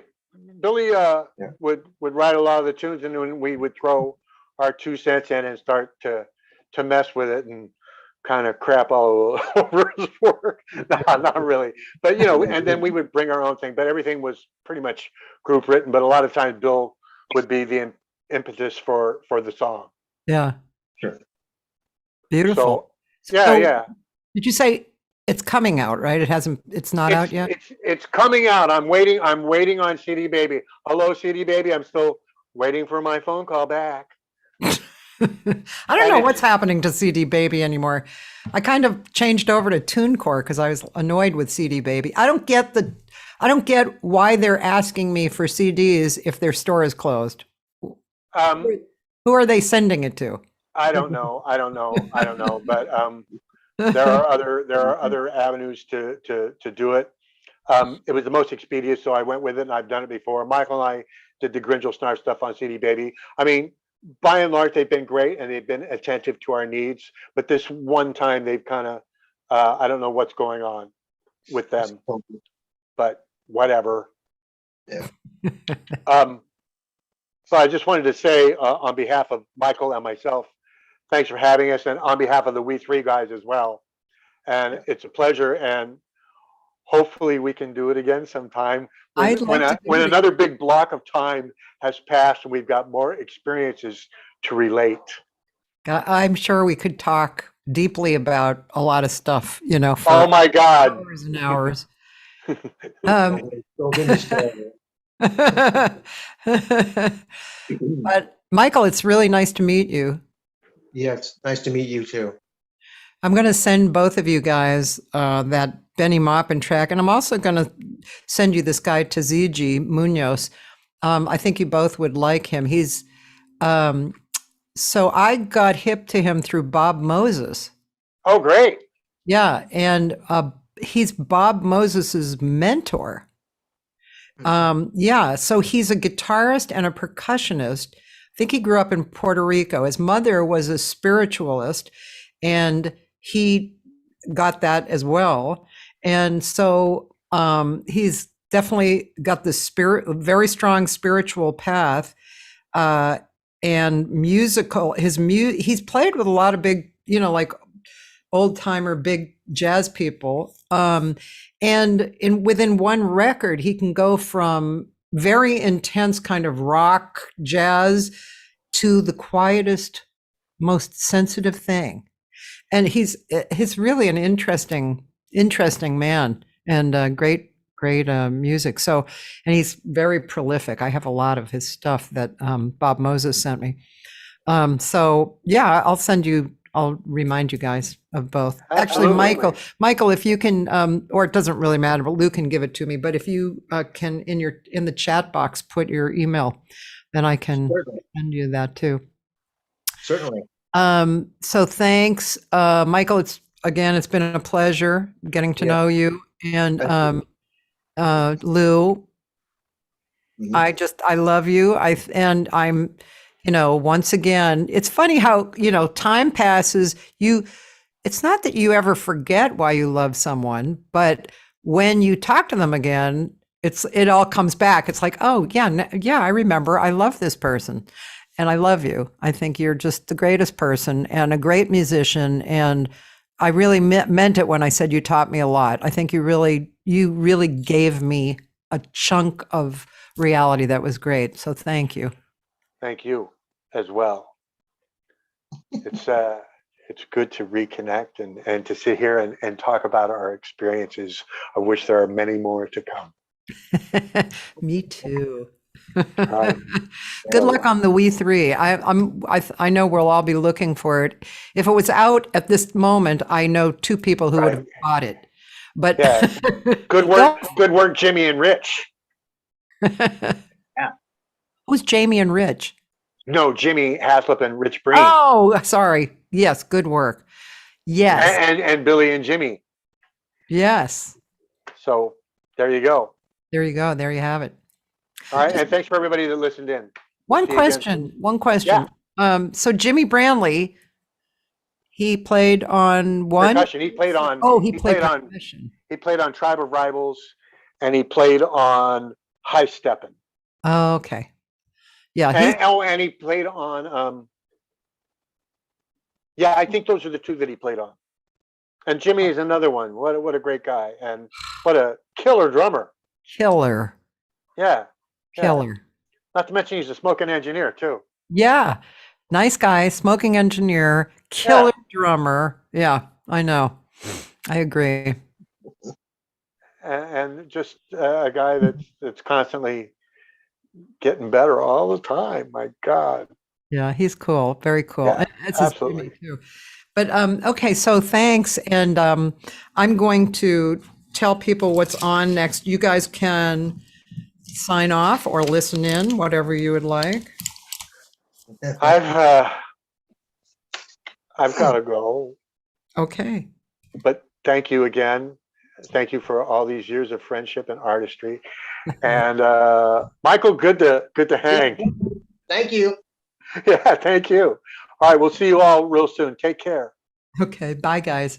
Bye. Bye. Bye, Lou. Bye. Oh, so yeah, these guys are great. That was really fun. Really, that was, I don't know if that was the first time, but I was surprised that 2 hours went by. I didn't even realize that. Anyway, tomorrow is a spectacular jazz bass player from the East Coast. I was introduced to him by the singer Paul Jost when he came out here with his trio, and the bass player is Dean Johnson, and he's one of those players that when you're sitting and listening, you just your jaw kind of drops open. He's so friggin' musical, so great, and a really nice guy. So tomorrow, that's Dean Johnson, and Wednesday, I'm honored to have Morgan Ames on. Morgan Ames,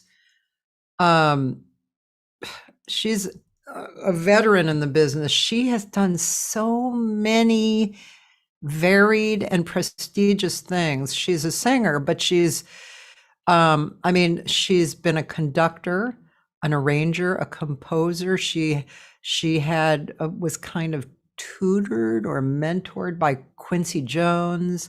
There are so many things, impressive things that she's done. And I'm looking forward to speaking with her. It should be a really interesting conversation. That's Wednesday. By the way, that evening, if you're around LA at Catalina's, the veteran drummer Quentin Denard is being honored. I spoke to Quentin a week or two ago on here, and I was totally blown away by the fact that he was, I can't remember how old, 50 and 16, something like that, when he was the drummer on 25 Miles to Go. 25 miles to go, yeah. I got one, I got the. Anyway, that was him. And that song not only was a hit for Motown, actually, but it was a real drummer driven song. I mean, the drums were really a part of it. And he was, I've known Quentin for years, but I never knew that part. And I was so excited to know that. Anyway, he's being honored. And that's Wednesday night, October 20th at Catalina's. I'm going to be there. And then, so Thursday through Sunday, I'm going to post from the archives. Thursday, this wonderful couple, a singer named Susie Stern and her husband George Oldsey. He's a pianist, composer, and arranger, conductor, as she is, except she's a vocalist instead of a pianist. But I'm smiling because they moved here from Texas. They had a very successful home venue series that had high-level jazz artists come in. And then they moved here, and they lived here for just probably 3 years at the most. And now they're moving to Tanglewood. And George got a gig at Berkeley, and they're going to do a home venue again, which is perfect in Tanglewood. And I'm laughing because it was like, oh, this is great. And then it's like, oh, you're leaving. So anyway, Thursday is from the archives, interview with them. Friday, another interesting couple, John Rangel and Barbara Bentry. Wow, she's a singer. He's one of the greatest piano players who had lived in LA that I knew of. And then he moved to New Mexico, and he and Barbara. And then they did a movie. I think it's the only documentary on Dave Grusin. That was kind of recent, a few years ago. And yeah, it was really great. So we talked about that a lot. Saturday, a wonderful pianist, arranger, composer, pretty well known on the East Coast and beyond. Also worked with the Metropole Orchestra in the Netherlands, and really great arranger who actually was self-taught. Amazing. Michael Abene is his name. So that's Saturday. And Sunday, me. And I haven't revisited this particular interview with myself, but myself to myself. But I was quoting from the book Free Play. Stephen Nachmanovich, the author, is, I would say, a mentor of mine. And so that's Sunday, and that's going to be fun. If you're in LA, Thursday, I kind of got back into producing some shows. And Thursday at the conference room in Playa Vista, I'm presenting 5 singers, a showcase of 5 singers with a great trio. And it should be really wonderful, 6:30 to 9:30. If you're interested in that, just go on my website, CathySegal-Garcia.com, and you'll find the information for that. And I wanted to mention Friday, a singer who I'm producing his record. It's his debut solo record, Pierre Chambers, who happens to be the son of one of the most famous jazz bass players that was ever, Paul Chambers. So Pierre is his son, and Pierre is a really good singer, really has got a natural feeling for it, beautiful sound, great guy. So he's going to be performing Saturday at a church in Eagle Rock, and you can see that on my Facebook feed. I've been sending that out just from 7 to 8:30 Saturday night. And Sunday night, I'll just mention that one of my Fish to Bird sisters, Adrienne Duncan, is performing at the G Spot. Yes, the other G Spot, as Otmaro said, the other G Spot. So Adrienne Duncan, she has a record out now, and this is kind of a CD release party. Although she's not making a big deal of it, it is kind of a CD release party. So yeah, she and I are out on a lot of the same streams because we both released projects in the last month. So yeah, and just for a little peek into next week, the 3 live people that I'll have Monday through Wednesday. Monday, I'll have Mark Lonau. I'm not sure how I pronounce the name correctly, actually. He was one of the co-founders of the comedy club here in Los Angeles for 40 years. So he has a lot of great stories. He's really an entertaining person. Great. I'm looking forward to talking to him. Tuesday, a drummer who I met with Dean Johnson and Paul Jost and Jim Riddle, Tim Horner. And Tim and I happened to go to Berkeley together, but he stayed on the East Coast. He's a really great drummer. And then Wednesday is a great pianist who was really part of the scene when I was coming up here, Coque. He lives in Orange County and works in Orange County now. He's a really amazing player. And one of his claims to fame was that he played with Miles. He played synth in one of Miles' more modern band. So he's a cool guy, real smart and capable. So that's it, ladies and gentlemen, for the immediate things coming up. And I'll see you tomorrow, I hope, and have a great day. Thanks again to Lou Castro and Michael Totten, who joined me today. And yeah, sorry, Toby, you're going to have to replay, but you would, yeah, I guess you already know Lou Castro and you're friends with him, it sounds like. And yeah, me too. I love Lou Castro. Okay, thanks everybody.